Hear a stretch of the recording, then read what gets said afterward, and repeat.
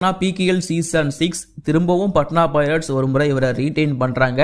21 போட்டிகளில் 233 total points அப்படிங்கிறத எடுக்கிறாரு. இன்ஃபேக்ட் பர்தீப் நர்வாலோட அந்த ஒரு கெப்பாசிட்டி அண்ட் இதுவரைக்கும் அவர் கொடுத்த பர்ஃபார்மன்ஸ் வச்சு பார்க்கும்போது அவரோட முதல் ஃபால் பிகேஎல் சீசன் 6 தான் நடக்குது.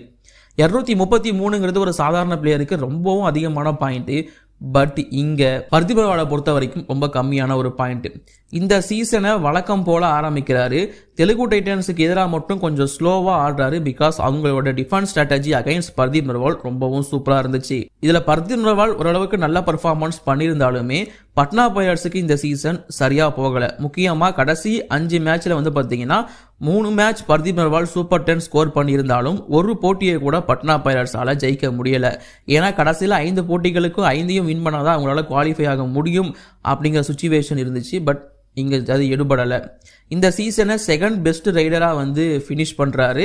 ஃபர்ஸ்ட் பவன் ஷராவத் 262 ரைட் புள்ளிகள், ரெண்டாவதா 233 புள்ளிகளோட இவர் முடிக்கிறாரு. மூணாவதா சித்தார்த் பாகுபலி தேசாய் அந்த சீசன் டெபியூட் பண்ண ஒரு பிளேயர் 214 புள்ளிகள் அப்படிங்கறத எடுக்கிறாரு. சோ இந்த சீசன் பட்னா பைரட்ஸுக்கு சரியா போல அண்ட் பர்தீப் நர்வாலோட பர்ஃபார்மன்ஸும் டிப்பாக ஆரம்பிச்ச ஒரு காலகட்டம் இந்த பிகேஎல் சீசன் 6 அப்படிங்கிறது.